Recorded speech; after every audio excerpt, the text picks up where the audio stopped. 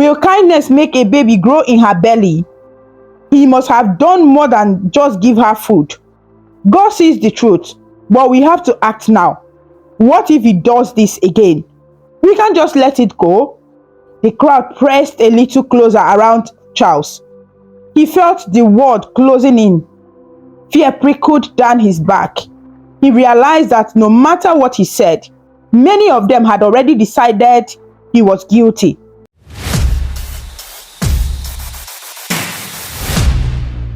Once upon a time, there is a young man called Charles. Charles was in his early 20s, studying in his final year at the University of Nigeria, Nsukka. He came from an average Nigerian family, not rich and not poor, but full of love. Ever since he was a little boy, Charles had been known for being kind and friendly. He had a warm smile for everyone and always tried to help people in need. In the neighborhood near the university, there lived a woman named Ephewa.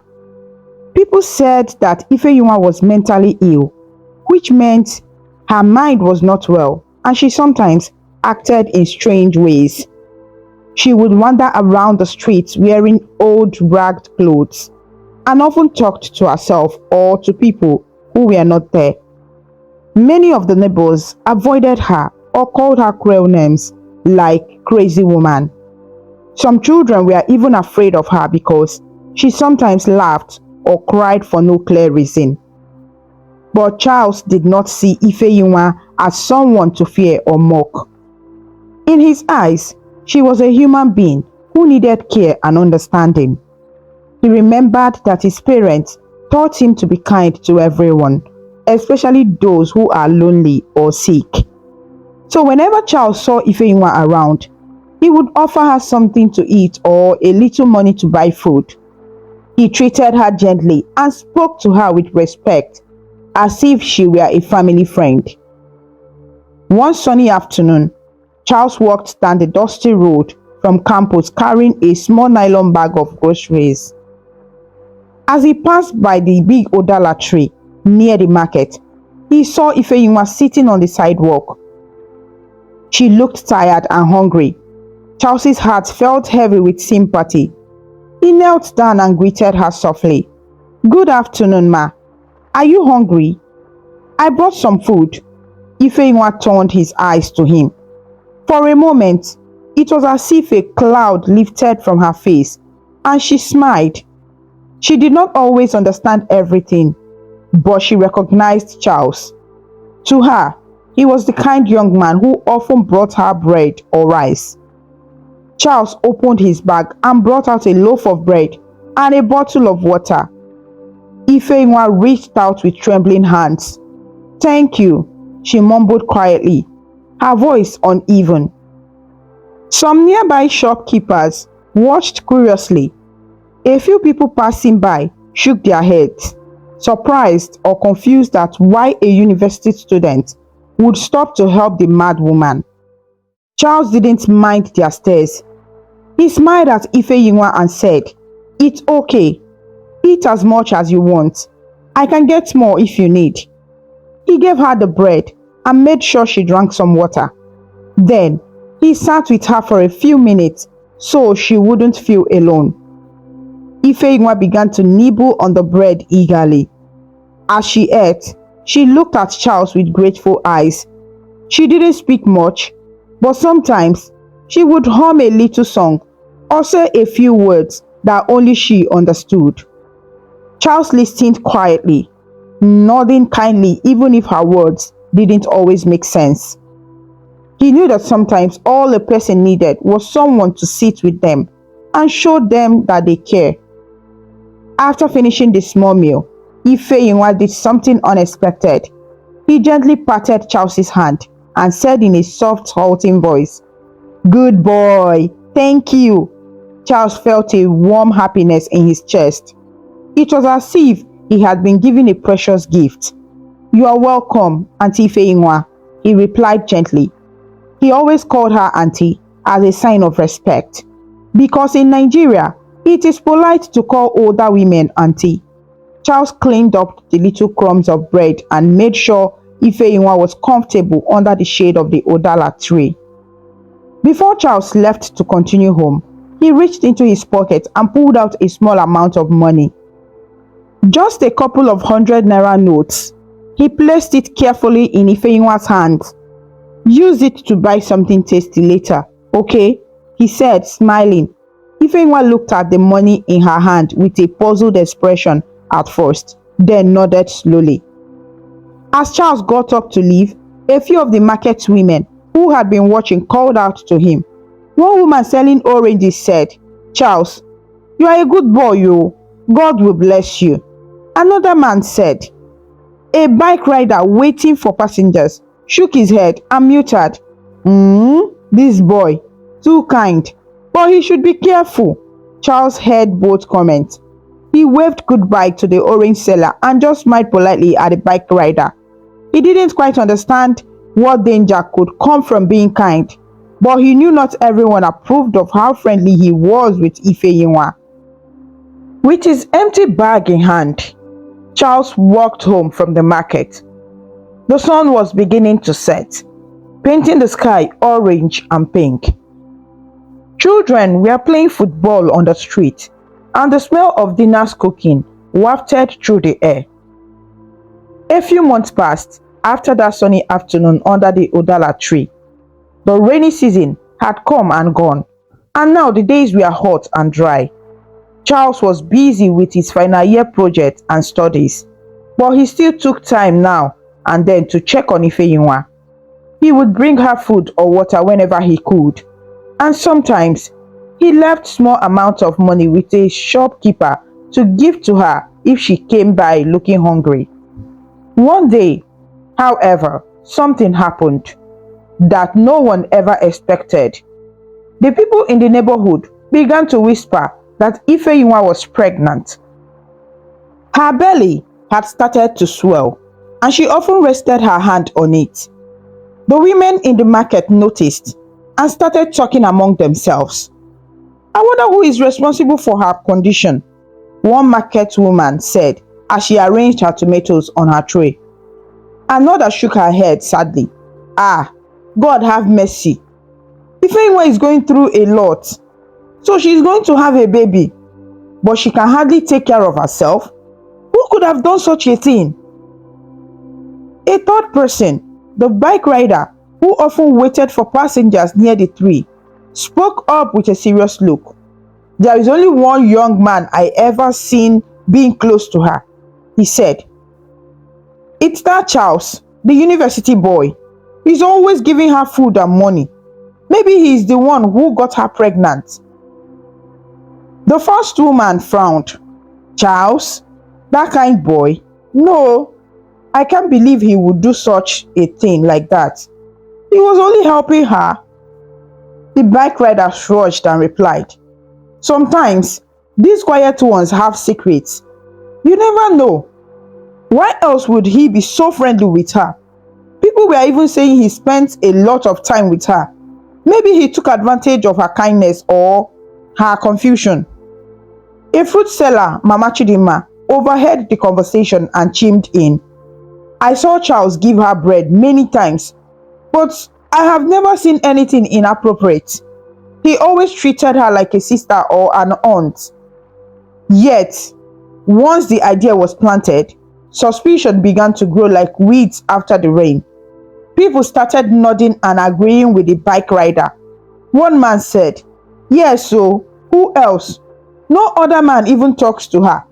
Charles must be the one. I even saw them sitting together under the tree that day. By evening, the rumor had spread around the neighborhood and even onto the university campus. In the small market near the hostels, two students whispered as Charles walked by to buy some dinner. That's him, one student muttered to his friend. They say he's the one who made that woman Ifeyinwa pregnant. The other student looked shocked. Are you sure? Charles? It doesn't seem like that kind of person. I don't know, but that's what people are saying. The first replied with a shrug. Charles noticed people staring at him strangely. but he didn't know why. He could not hear their hushed words clearly. He just felt an uneasy quiet whenever he approached. And then, as he walked away, the whispers resumed. It wasn't long before Charles learned what was happening.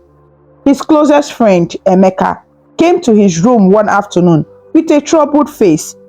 Charles was sitting at his small wooden desk, trying to focus on an assignment, when Emeka burst in without even knocking. "Charles," Emeka said, slightly out of breath, "there is something you need to know." Charles turned around, surprised by his friend's serious tone. "What is it, Emeka? Did something happen?" Emeka hesitated, then blurted out, "People around are saying that Ifeyinwa is pregnant and that you are responsible." For a second, Charles thought he must have heard wrong. He stood up slowly, eyes wide. "What? They think I got Ifeyinwa pregnant? That's impossible. I would never do such a thing." I know, Emeka said quickly, raising his hands to calm his friend. "I told them it doesn't make sense. You have only ever helped her with food and kindness, but gossip is spreading fast." Charles felt his heart pounding in his chest. He felt hot and then cold. How could anyone believe such a terrible thing about him? He thought of poor Ifeyinwa. She was indeed expecting a baby. But Charles had nothing to do with it. He had only ever tried to care for her like a good person would. Now, people were turning that kindness upside down. "This is so wrong," Charles said, his voice shaky. "Emeka, what am I going to do? Everyone will think I did something awful." Emeka stepped closer and put a hand on Charles's shoulder. "Stay calm, Charles. The truth will come out. You should talk to people. Tell them it's not true." Charles nodded slowly, trying to steady himself. "Yes, I have to explain. Maybe I should talk to Mama Chidima or the others who saw me helping her. They know how I behave with Ifeyinwa. They can tell people I never did anything bad." He grabbed his phone and keys, determined to clear up the misunderstanding. But as soon as he stepped outside his hostel room into the corridor, he could feel the change. Some other students standing in the hall fell silent as he passed, and one of them gave him a cold, disapproving look. Charles realized that Emeka was right. The rumor had already spread widely. His stomach twisted with anxiety and shame, even though he had done nothing wrong. He walked with Emeka to the nearby market where a lot of neighborhood people could be found. As they arrived, Charles could hear angry voices. A small crowd had gathered near the spot where Ifeyinwa usually sat. There was Ifeyinwa, sitting on a low stool someone had given her, gently rubbing her hand over her round belly and humming quietly to herself. Around her were several market women, the bike rider, and a few men from the community. One of the women, a trader known for loving gossip, was speaking loudly. "This kind of thing cannot be allowed. That girl's life is hard enough on the streets. The man who did this must take responsibility."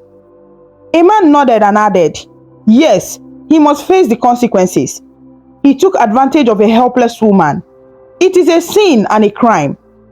Charles felt a lump in his throat. They were talking about the father of Ifeyinwa's baby with so much anger, and they all thought it was him. He wanted to shout that it was a lie. Suddenly, one of the market women spotted Charles and Emeka standing at the edge of the gathering. "There he is," she shouted, pointing at Charles. All heads turned to face the two young men. Charles felt like a spotlight had been thrown on him. His palms were sweaty and his heart thumped like a drum. The bike rider stepped forward with a scowl. "Charles, so you are here. You have been hiding, eh? How could you do this to poor Ifeyinwa?" I didn't do anything," Charles managed to say, his voice coming out hoarse and soft. But the trader, who loved gossip, shook her hand at him. We all know you are the only one who ever went near her. Don't lie, Charles. We saw you giving her things. Now she's pregnant. What were you expecting? That we wouldn't find out? Charles's eyes were burning with tears that he fought to keep back. He felt trapped and overwhelmed by the accusing faces around him. Ephewa herself looked up at Charles in confusion, not fully understanding what was happening. She blinked and tilted her head, perhaps recognizing Charles's worried face. I only gave her food and water, Charles said desperately, his voice trembling. I never hurt her. I never touched her in a bad way. Please, you have to believe me. Some people in the crowd muted, unconvinced. One of them crossed his arms and said, if you are innocent, then who is the father? Can you tell us that? Because she sure can't tell us clearly. Charles opened his mouth, but no words came out. He had no idea who the father was. He too wondered who had done such a thing to Ephewa. But he had no answers, and it seemed no one would believe him anyway. A few in the crowd looked at him with doubt, a few with pity, but many with anger. Amaka tried to help, stepping forward bravely. Everyone, please, I know Charles well. He's a good person. He wouldn't do this. Rumors can be wrong. Remember, he only showed kindness. That doesn't mean he's guilty of this. Mama Chidinma, the fruit seller, spoke up hesitantly. It is true. Charles has always been respectful to Ephewa. We shouldn't jump to conclusions. But the loud trader waved these comments away. Will kindness make a baby grow in her belly? He must have done more than just give her food. God sees the truth, but we have to act now. What if he does this again? We can't just let it go. The crowd pressed a little closer around Charles. He felt the world closing in. Fear prickled down his back. He realized that no matter what he said, many of them had already decided he was guilty. They were looking at him as if he were a criminal. A few younger men in the crowd looked especially angry. One even picked up a stick lying by a stall, gripping it tightly. Charles's breath quickened. He could almost hear his heartbeat in his ears. He was scared. Scared that someone might hurt him right now, or that they might call the police and have him arrested for something he didn't do. He was just a student, an ordinary young man who had never been in trouble before. The thought of being dragged to a police station or shamed in front of everyone made him feel faint. In the tense silence, Ephewa suddenly spoke. She looked at the angry crowd, then at Charles. Charles is good. Give me bread, she said in a simple, dreamy voice. Her words were clear enough, but they didn't answer the question on everyone's mind. Some people sighed, thinking her mind was too clouded to tell them the truth. Others took her words differently, whispering, see, she mentioned Charles by herself. He must be the one. At that moment, a man from the back of the crowd shouted, we should take him to the elders or the police. This cannot go unpunished. There were murmurs of agreement. Charles felt a surge of panic. He looked at Amaka, who whispered urgently, maybe we should go. This is getting out of control. Charles didn't need any more urging. With tears welling up in his eyes, he turned and began to run. He didn't even know exactly where he was running to. He just knew he had to go away from those accusing eyes and shouting voices. Amaka called after him, Charles, wait! But Charles was already sprinting down the road, dust rising behind his quick footsteps. People started shouting, hey, come back! But Charles ran as fast as his leg could carry him. His vision blurred with tears, and his heart felt like it would burst. He ran past the campus gate and kept running, like a frightened deer fleeing from a wildfire. He didn't stop, not even when he could no longer hear the voices behind him. Charles had only one thought echoing in his mind: I have to get away. I have to go far. Charles ran until his legs ached and his throat burned with each breath. He did not stop until he had put a good distance between him and the angry crowd. The sky had grown dim, with the first stars starting to peek out. Only then did Charles slow down, panting and trembling. He found himself near the motor park at the edge of the town, where buses and taxis lined up to take passengers to different cities.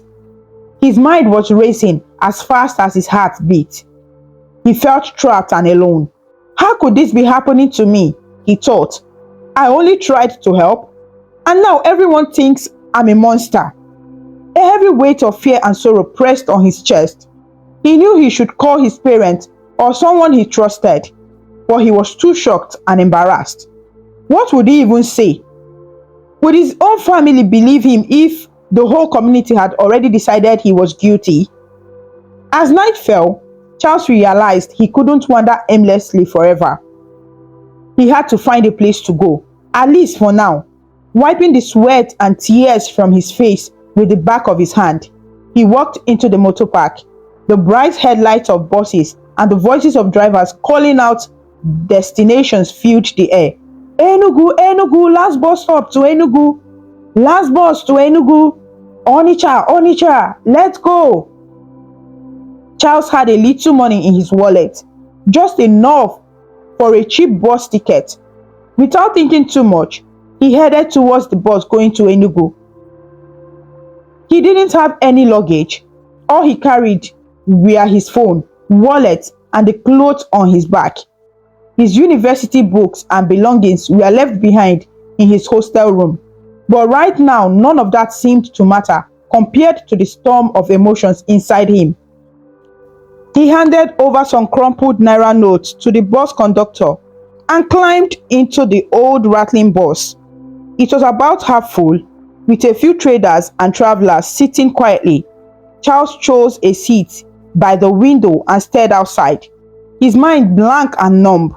Soon, the bus engine roared to life as they pulled out of the park onto the road leading out of Nsukka. As the bus drove into the dark night, passing flickering street lights and open fields, Charles leaned his head against the window. The glass felt cold against his hot forehead. In the reflection, he saw his own eyes filled with tears. He tried to hold them back, but he couldn't any longer. Silent tears rolled down his cheeks in the darkness. He was careful not to sob loudly, so as not to draw attention from other passengers. But inside he was crying harder than he ever had. A gentle voice spoke up from the next seat. My son, are you okay? An older woman in a faded blue headscarf was looking at him with concern. She must have noticed his trembling shoulders. Charles quickly wiped his face with his sleeves and tried to nod. I'm fine, ma, he lied softly. The woman gave a little sigh. I don't know what has made you so sad, but just be strong, eh? Whatever it is, it will pass. God will see you through. Charles managed to whisper, thank you, without meeting her eyes. Her kindness reminded him of his own mother, which made him almost break into tears again.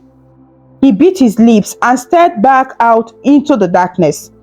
The rest of the bus ride was quiet. The road was bumpy at times, and the bus bounced along, its old engine humming steadily. Charles did not sleep. He replayed the afternoon's event over and over in his mind, each time feeling the same pain and fear anew. He remembered the angry faces of the crowd, the accusing words, and the way Ephewa looked at him in confusion. He thought of his friend Emeka's worried face and wondered if Emeka was safe. Had the crowd tried to chase him to or blame him for helping Charles? Charles hoped not. He felt a stab of guilt for running and leaving his friend behind in that chaos. Above all, Charles felt a deep hurt. He had always tried to be a good person. How could doing the right thing lead to such a terrible misunderstanding?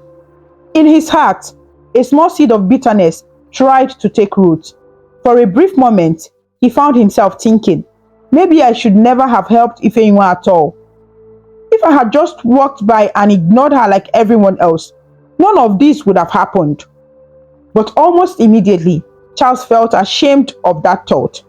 He knew that Ifeyinwa depended on the kindness of strangers just to survive. He remembered her grateful smile and how she patted his hand and called him a good boy. No, he couldn't blame her. It wasn't Ifeyinwa's fault that people gossiped. The blame lay with whoever truly wronged her, and with those who spread rumors without knowing the truth. After about an hour, the bus reached Enugu City. It was already late at night. The city lights twinkled and the air was filled with the distant sounds of generators and music from nearby streets. Charles stepped off the bus at the main park in Enugu, clutching his phone and his hand. He needed somewhere to go. For a moment, he thought of calling his family or perhaps an uncle who lived in the city. He did have an uncle in Enugu, his mother's cousin, whom he had visited once during a holiday. Maybe Uncle Peter would let him stay for the night. Charles hesitated, standing under a street lamp by the bus park. What would he tell Uncle Peter? He didn't want to explain everything now. It hurt too much to even say the words. I was accused of hurting a woman. But he also knew he couldn't sleep on the streets. It wasn't safe. Gathering his courage, Charles dialed Uncle Peter's number. After a few rings, a deep friendly voice answered. Hello, who is this? It's late. Hello, Uncle. It's Charles, he said quietly. Charles, my boy. Is everything okay? Uncle Peter sounded surprised to hear from him at this hour. Charles swallowed hard. I'm in Enugu, at the main motor park. I missed the last bus back to campus and I have nowhere to stay. It wasn't exactly true, but it wasn't a complete lie either. He definitely couldn't go back to campus tonight. His uncle was silent for a second, then said, It's very late. You shouldn't be out there alone. Stay where you are. I will come and pick you up right away. Relief washed over Charles and he managed to say, Thank you, sir, softly. All right, I'll be there in about 20 minutes. Just wait by the park entrance where it's bright. And don't talk to strangers, Uncle Peter advised. Charles almost smiled at the last line. Even now, an adult who cared about him was treating him like a child wandering off. Yes, uncle, he replied. As he waited, Charles's mind wandered. He wondered what was happening back at the university and in the neighborhood. Did they give up chasing him when he ran off? What was Ifeyinwa doing now? Was she safe? He hoped no one would hurt her out of danger or frustration. The baby she carried, Charles felt sorrow thinking of that innocent baby who would be born into such confusion. He prayed silently that the baby would be all right and that someone kind would take care of them. Soon, a car pulled up at the entrance. It was Uncle Peter, who stepped out and quickly walked over to Charles. Uncle Peter was a tall man with gentle eyes. He placed a hand on Charles's shoulder and looked him up and down. Thank God you are safe, he said with visible relief. Come, let's go home. Your auntie will be surprised. We're happy to see you. Charles nodded and got into the car. He was exhausted, both in body and heart. During the drive to Uncle Peter's house, Uncle Peter asked, Are you sure you are okay? Why did you come all the way to Enugu so suddenly? Charles simply said, I just needed to leave campus for a while. I will explain later, Uncle. I'm very tired right now. Hearing the weariness in his voice, Uncle Peter patted his shoulder and said, It's all right. You can tell me whenever you are ready. Just know that you are safe here.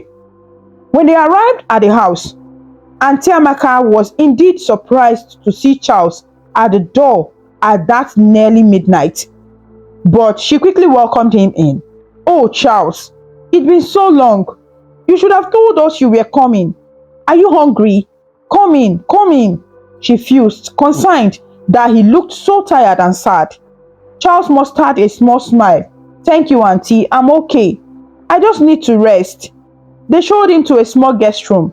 It had a neat bed with a flowered bedsheet and a small fan humming in the corner. Charles thanked his uncle and auntie again.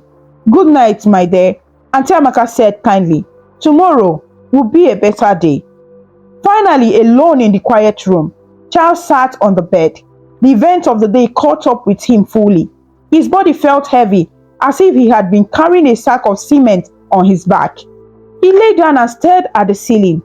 Although he was extremely tired, sleep did not come easily. His mind was full of worry and fear about what would happen next. "What about my studies?" he thought suddenly. He was in his final year of university. How would he complete it if he stayed here hiding?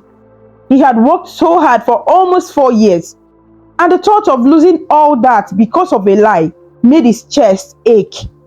He also feared for how his parents and siblings at home would feel if the rumors reached them. He knew his family would be very upset and hurt. He didn't want his family to be ashamed in their community because of this false accusation. In the stillness of the night, Charles finally let out a quiet sob. It was the kind of crying one does into a pillow so no one can hear. His shoulders shook as he cried out all the fear, frustration, and sadness he had been holding inside. Eventually, exhaustion took over him and Charles fell into a troubled sleep, with tears still glistening on his cheeks. The morning after Charles ran away, the neighborhood and campus were buzzing with the news of his sudden disappearance. Some people were surprised he had fled, while others took it as a sign of guilt. Emeka, however, was worried sick about his friend. He spent hours the previous night searching around Nsukka town for any trace of Charles, checking the hostel, the park, and even asking the night security guards if they saw which way Charles went. But Charles was nowhere to be found. Early that morning, Emeka decided to call Charles's parents.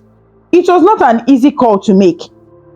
He knew Charles's family lived in a different town, and they might not have heard anything yet. With a trembling hand, Emeka dialed the number of Charles's father. Charles's father, Mr. Okafor, answered after a few rings. "Hello, who is this?" he asked in a concerned voice, hearing an unknown number. Emeka's phone, calling so early. "Good morning, sir. My name is Emeka. I'm a friend of Charles at the university," Emeka began. Mr. Okafor's voice immediately brightened a little. "Ah, Charles's friend. Good morning. Is everything all right? Charles usually calls us on weekends, but we haven't heard from him." Emeka took a deep breath. "Sir, I'm sorry to call with bad news. Charles is missing from campus since yesterday." On the other end, silence fell. Then Mr. Okafor's anxious voice demanded, "Missing? What do you mean missing?" Emeka explained carefully, leaving out the more frightening details. "There was a misunderstanding here, a very serious one. A woman in the community is pregnant, and some people started a terrible rumor that Charles was responsible. He was very upset because it's not true. When they confronted him, he got scared and ran away. We've been trying to find him since then." By the time Emeka finished, Charles's father and mother, who had picked up the extension phone in their home, were both exclaiming in shock. Emeka could hear Charles's mother crying out, "God forbid! My son would never do such a thing." And the father trying to stay calm but clearly shaking. "We are coming immediately," Mr. Okafor said firmly. "We will drive to the university today. Thank you for telling us, my boy. And please, if you hear from Charles, tell him we love him and he must come home. He should not be afraid to talk to us." "I will, sir," Emeka replied. He felt a little better knowing Charles's parents were now involved.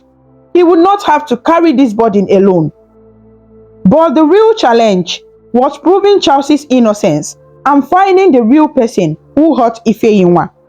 Meanwhile, in the neighborhood, a few cooler heads had begun to question the story.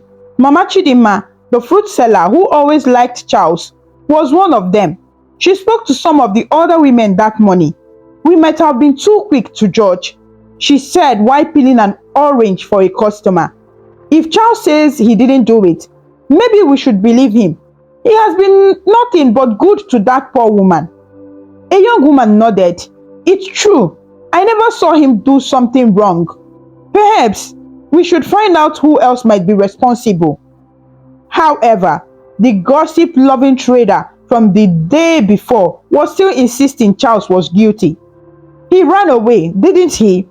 She said to anyone who would listen. Why would he run if he was innocent? That's proof enough for me.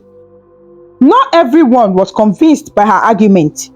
Some thought Charles ran because he was frightened, which he had every right to be with that angry crowd. A few of the community elders decided to look into the matter more fairly. They knew it was important to find out the truth, especially because an innocent baby would be born soon and needed proper care. Emeka joined up with one of the elders, an old teacher named Mr. Anene, who respected Charles as a good student. They also involved a local police officer, Officer Conde, explaining that Charles had gone missing due to the accusations. Officer Conde was concerned. He knew that accusing someone without evidence was wrong. He agreed to help investigate quietly to find the real father of Ifeanyi's child. First, they decided to talk to Ifeanyi again, but gently this time, without a crowd. That afternoon, Emeka, Mr. Anene, and Mama Chidima found Ifeanyi sitting calmly under her usual tree, humming a lullaby and stroking her belly. She seemed peaceful, unaware of the trouble around her.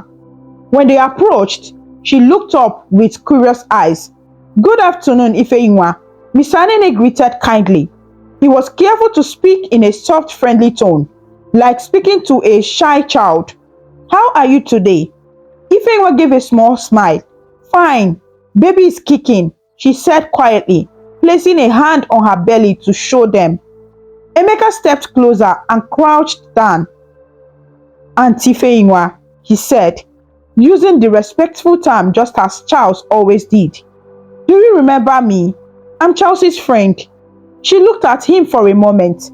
Friend, she murmured, then nodded. Charles's friend, she said, recognizing him well. Yes, Emeka said gently. I am Charles's friend. Charles has been very concerned about you. He exchanged a glance with Mr. Anene, unsure how much she understood about recent events. Mama Chidima offered Ifeanyi a ripe mango she had brought. Take, eat, she said with a warm smile. Ifeanyi took the mango happily and started biting into it. As she ate, Mr. Anene carefully asked, Ifeanyi, we want to help you and your baby, but we need to know, do you remember who is the father of your baby? Did someone come to you one night and make you pregnant? His voice was gentle, not accusing, just asking. Ifeanyi's chewing slowed. She looked down, as if trying to remember something. She frowned slightly in concentration. For a moment, she was very quiet. Emeka and the others waited patiently. The only sound was the rustle of the tree leaves and the distant chatter of the market. Then Ifeanyi spoke softly. Obinna. Obinna said he would marry me. He gave me suya. Suya is a type of spicy meat. Her words were simple, but they made Emeka's eyes widen and Mama Chidima gasped a little. Obinna? Emeka repeated, making sure he heard right. That was a name, a person's name. Ifeanyi nodded slowly. Obinna was nice to me. One night, then he hurt me and told me to keep quiet. He said it was a secret game. Her voice trembled slightly as she said this, and tears formed in her eyes as some painful memory passed through her mind. Mama Chidima gently put an arm around Ifeanyi's shoulder to comfort her. It's okay, my dear. You are safe, she whispered, wiping a tear from Ifeanyi's cheek. Mr. Anene's face had grown stern. He knew exactly who Obinna was. Obinna was a young man who lived on the next street.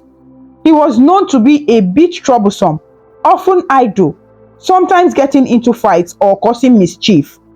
He was around the same age as Charles, but unlike Charles, he didn't go to school and spent most of his time wandering the streets. No one had thought of him earlier because he rarely helped Ephewa in public. But now it appeared that he had approached her privately, perhaps when no one else was around. Emeka felt a surge of both relief and anger. Relief because at last they had a real clue to clear Chelsea's name. Anger because someone had truly taken advantage of Ifeyiwa's vulnerable state. Do you remember where this happened? Emeka asked softly. Ifeyiwa furrowed her brow. Time was likely hard for her to track. Rainy time, she finally said, which suggested it was during the last rainy season a few months ago, around the time her pregnancy would have begun. It matched up. That makes sense. Mr. Anene nodded. He gently asked, Ifeyiwa, did Obinna hurt you only once, or did he come more times? Once. I think once, Ifeyiwa said quietly. Night time. I was sleepy. Then pain. Baby later. She started to sniffle, as talking about it made her upset. That's enough questions, Mama Chidima said softly. We shouldn't upset her more. She patted Ifeyiwa's back and spoke comforting words to her until she calmed down and began humming to her baby again. Emeka stood up, clenching his fists unknowingly. Now they had a name, and he was determined to act. We have to find Obinna, he said to the others, trying to keep his voice steady for Ifeyiwa's sake. Mr. Anene agreed. Yes, we must speak with him and involve Officer Akonde. If Obinna is truly responsible, he cannot be allowed to escape accountability. They thanked Ifeyiwa and promised to bring her more food later. Then the small group left her resting under the tree and went to find Officer Akonde to inform him of what they had learned. Later that day, Officer Akonde and two other policemen quietly went to Obinna's house. It was a small compound down the next street. Emeka and Mr. Anene waited a little distance away, hearts pounding, as the officers knocked on Obinna's door. For a while, there was no answer, but the officers persisted. And eventually, a nervous-looking Obinna opened the door. When he saw the policemen, he tried to smile. Good afternoon, officers. Can I help you? Officer Akonde spoke firmly. Obinna, we need you to come with us to answer some questions about Ifeyiwa. At the mention of Ifeyiwa's name, Obinna's eyes went wide and fearful. Why? I don't know anything, he stammered, stepping back and trying to close the door. But the officers had anticipated this. They quickly held the door open and gently but securely took hold of Obinna's arms. You need to come to the station, one officer said.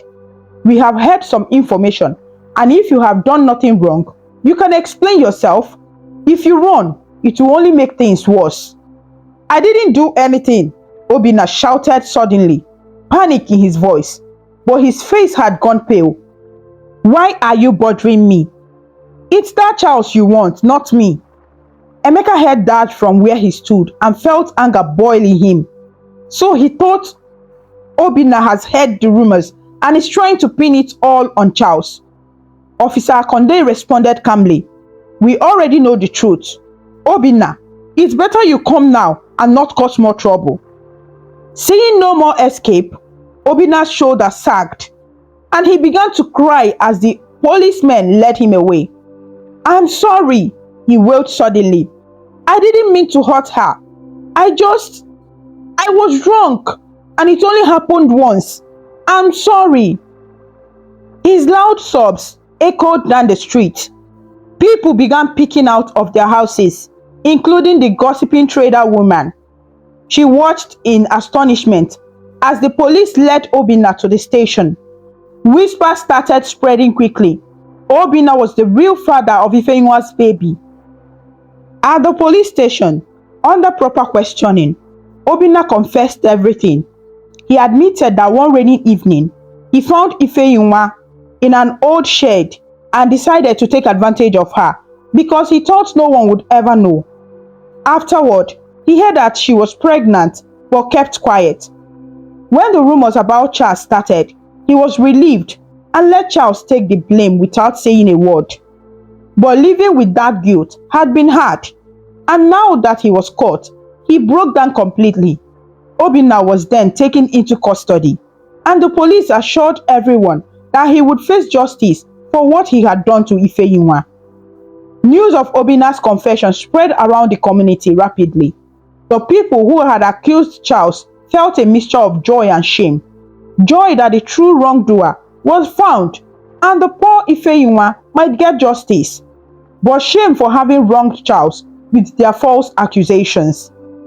By the time Charles's parents arrived in Nsukka later that day, they were informed of the new developments. Amaka told them everything, how Ephewa had named Obinna and how Obinna had confessed. Charles's mother, who had been tense with worry, cried tears of relief. "Thank God, oh, my son's name will be cleared," she exclaimed. Mr. Okafor nodded, though his face was stern. "But look what the rumors have done. They drove our boy away. We must find Charles and bring him home to tell him he is innocent, and everyone will know it now." Amaka had tried calling Charles's phone multiple times since that morning, but it was still switched off. It was unreachable. Now, with this good news, he tried again, hoping desperately that Charles would pick up this time. The phone rang and rang, but there was no answer.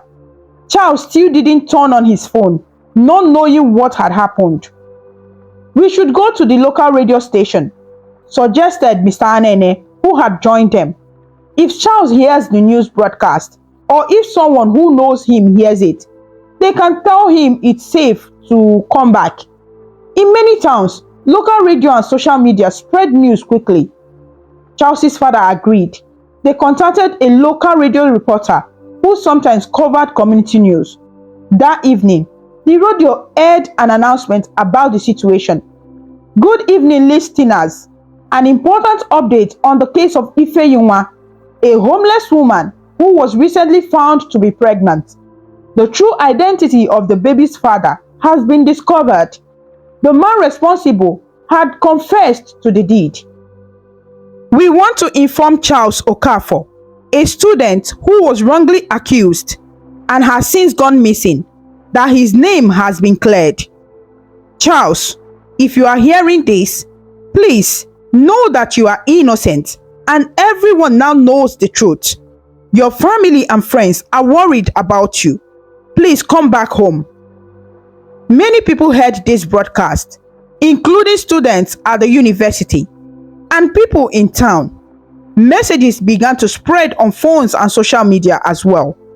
The real father was caught. It wasn't Charles. All that remained was to find Charles and bring him back so that he could hear with his own ears that he was free from blame. The next morning at Uncle Peter's house in Enugu, Charles woke up to smell of frying plantains and eggs. Despite the warm breakfast waiting, his heart still felt heavy. He had hardly slept well. His aunt and uncle were kind, but they were quietly concerned about him. Over breakfast, Auntie Amaka gently said, "Charles, my dear, do you want to tell us why you left school so suddenly? Your uncle and I are here for you." Charles stared at his cup of tea. He knew he couldn't keep them in the dark much longer. Taking a shaky breath, he began, "Auntie, uncle, something bad happened at school. There is a woman near our campus, Ephewa, who is mentally ill. I used to help her with food. Now she's going to have a baby, and people started saying that I am the one who made her pregnant, which is not true at all." His voice trembled as he spoke, and he blinked back tears. "They all believed it, and I got scared. I didn't know what to do, so I ran away." His aunt gasped softly and put her hand on her chest. "Oh my God, that's a terrible thing to accuse someone of. Of course we believe you, Charles." Uncle Peter frowned and shook his head. How could they say that? I know you, and you would never hurt anyone. I'm so sorry you went through this. Charles nodded, feeling a bit of relief now that he had told them. But the pain was still there. I am sorry. I worried you by coming here like this, he added quietly. Before either of them could respond, Uncle Peter's phone rang on the table. He picked it up. It's your father, he said to Charles, surprised. Hello? Charles watched anxiously as his uncle spoke. Yes, he's with me. He's safe. Oh, thank God. Yes, I'll put him on the line. Uncle Peter handed the phone to Charles, smiling wide. Your dad wants to talk to you. He sounds very happy. With trembling hands, Charles took the phone. Hello, Daddy. His father's voice came through, filled with joy and emotion. Charles, my son, are you all right? Charles felt tears of relief spring to his eyes just hearing his father's voice. Daddy, I'm okay. I'm so sorry I worried you and Mommy. We've been so worried, his father continued. But listen, my boy, we know the truth now. The real person who did wrong has been caught. Everyone knows you are innocent. Your name is cleared. Charles's mouth fell open in disbelief. Really? They caught him? Who was it? It was a young man named Obinna. His father explained. He confessed to everything. The whole community knows the truth now. Oh, we are so relieved. We heard the news on the radio and confirmed it at the police station. My son, you can go home. No one will blame you anymore. Charles closed his eyes and a tear of joy rolled down his cheek. All the fear and tension he had been holding in seemed to release at once. His voice was soft and choked with emotion. Daddy, thank you. Thank you. Thank God. I don't know what to say. Charles's mother's voice came on the phone now, high with excitement. Charles, my dear, we are so happy you are safe. Please, come home to us. Or if you want, go back to campus. Wherever you go, we will go with you to make sure you are alright. We love you, my son. I love you too, Mommy, Charles said, his heart swelling.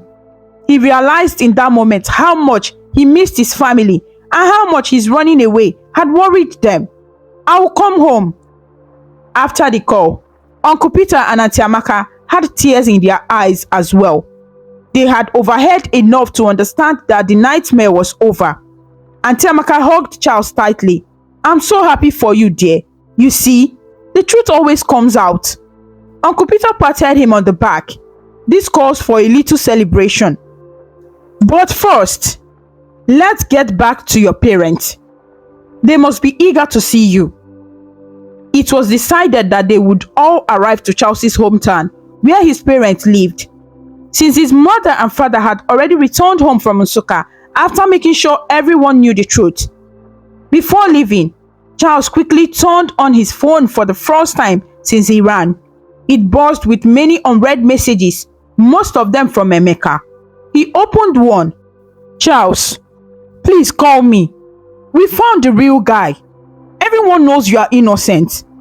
Another said, I hope you are safe. Your parents are here. Please, where are you? Charles felt a wave of gratitude for having such a faithful friend. He immediately called Amaka. As soon as Amaka picked up, Charles said, Amaka, it's me. Charles? Oh, thank goodness. Emeka's voice shouted through the phone, full of happiness. Where are you, guy? Are you okay? I'm fine now, Charles said, smiling for the first time in what felt like ages. I heard everything. I'm with my uncle in Enugu, and we are about to drive to my parents' house. Thank you, Amaka. Thank you for everything, for believing in me, and for not giving up. You don't have to thank me, Amaka replied, relief evident in his tone. That's what friends are for. I'm just so glad you are alright and that the truth came out. I can't wait to see you back. We have to finish our final year strong together. Eh? We go finish am, nothing go stop us. Yes, we will, Charles agreed, realizing that he could now think about his future again. See you very soon, my friend. After he ended the call, Charles and his uncle and wife set off on the drive to his hometown. The journey felt different from the panicked bus ride he had taken the night before. Now, the sun was shining bright and the skies were clear blue. Charles found himself noticing the beauty of the passing scenery. The tall palm trees swaying gently and the green hills in the distance. His heart felt light. When they arrived at his hometown, Charles saw his mother waiting outside by the gate, as if she had been standing there all day looking down the road. The moment she spotted the car, she cried out, "They are here!" and she ran towards them. Charles had barely stepped out before his mother wrapped him in a tight hug, crying tears of joy. His father was right behind her, and soon Charles was enveloped in a big warm family embrace. His younger sister Ada peeked from behind their father. Then she too ran up and clung to Charles, sobbing that she missed him. "I'm so sorry. I'm so sorry," Charles kept saying, his own tears falling freely now, tears of happiness and relief. "I didn't mean to make you all worried." "We know, my son, we know," his father said, his voice thick with emotion as he put a strong hand on Charles's shoulder. "The important thing is that you are safe and your innocence is proven."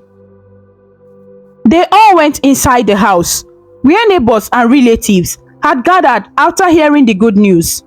Everyone wanted to hug Charles or pat his back. Some of the very neighbors who had believed the rumors came as well to apologize. They all spent that evening in Charles's home, sharing food and telling the story over and over of how the real truth came out. Charles's mother cooked a big pot of jollof rice to celebrate, and everyone ate until they were full and satisfied. The next day, Charles and his parents returned to Nsukka to officially clean things up at the university. The police had already announced that Charles was innocent, and a notice was given, so his lecturers and the university community knew it was all a misunderstanding. Charles was a little nervous stepping back on campus, but as he walked through the school gate with Amaka by his side, a group of students clapped and welcomed him back. Some said, "We are glad you are okay," and others said, "Sorry we ever doubted you." Charles realized then that he was truly free of the blame and could continue his studies without the dark cloud of accusation hanging over him. Before diving back into classes, Charles had one more important thing to do. He went to the spot near the market where Ephewa sat, bringing with him a basket of fresh fruits and bread. When she saw him, she broke into a toothy grin. "Charles!" she said happily, as if greeting an old friend she hadn't seen in a while. Charles felt a lump in his throat. He was so grateful to see her safe. He sat down beside her on the low stool. "Hello, Auntie Ephewa," he said. He gently placed the basket next to her. "I brought you some food." She clapped her hands like a delighted child and started looking through the basket. He noticed she seemed well cared for today. She had a cleaner dress on and her hair had been gently combed. A kind volunteer nurse from a local clinic was actually nearby, keeping an eye on her. The community had arranged for a better care once they realized how vulnerable she was. The nurse smiled at Charles, knowing who he was. Charles turned back to Ephewa. He hesitated, then said, "I'm sorry, I disappeared for a bit. I was scared, but I know you never meant me any harm. I'm glad to see you, and I'm glad that people are going to take care of you and your baby now." Ephewa didn't quite understand everything, but she nodded and offered Charles a piece of banana from the basket as if to share. "Thank you, good boy," she said, repeating the kind words she remembered. Charles smiled warmly and accepted the banana, taking a small bite to make her happy. In that moment, under the shade of the same Odala tree, Charles felt a deep peace. He knew that running away had been an act of fear, but returning had been an act of courage and trust in the truth. As the sun dipped low and the sky turned golden, Charles walked home, knowing he had a loving family, loyal friends like Emeka, and a community that had learned not just to judge too quickly. He would finish his final year and graduate, and he would carry with him the lessons from this experience for the rest of his life. Most importantly, he realized that kindness was still a virtue worth of having, even if it had caused him trouble. In the end, his goodness shone through and helped reveal the truth. And for Charles, that knowledge was as sweet and nourishing as the banana Ephewa had shared with him. The most important lesson from this story is never judge anyone based on rumors or appearances, because false accusations can destroy lives, and true kindness should never be mistaken for wrongdoing. Always seek the truth with patience, compassion, and fairness. And with that, my dear friends, our story comes to a close. But remember, the magic of storytelling lives on, waiting to whisk us away on new adventures where the wonders of imagination know no bounds. Goodbye for now, and may your dreams be filled with joy, wonder, and endless possibility. Thank you so much for watching. Please kindly comment, like, share, and subscribe to our YouTube channel for more interesting stories.